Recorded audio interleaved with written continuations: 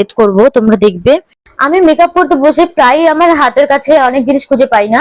সেটা হলো আমার ছোট্ট একটা মেকআপ ব্লেন্ডার আছে, সেটা খুঁজে পাচ্ছিলাম না, যার জন্য কনসিলারটা আমি হাত দিয়ে ব্লেন্ড করে নিচ্ছি। অবশ্য খারাপ হয়নি, ভালোই হয়েছে।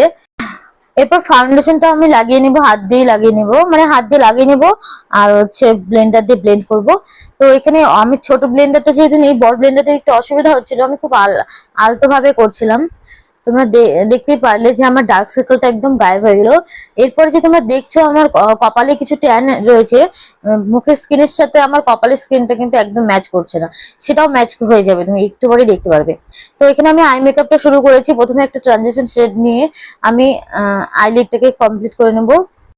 আমার আই মেকআপ করতে প্রচন্ড ল্যাদ লাগে, এই জন্য আমি ইজি ইজি আই মেকআপ গুলোকেই করি, যেটা তাড়াতাড়ি কমপ্লিট হয়ে যাবে। তো এরকম তোমাদের কাদের কাদের হয় আমাকে জানাবে প্লিজ। তারপর আমি একটা শিমার শেড নিয়ে আমি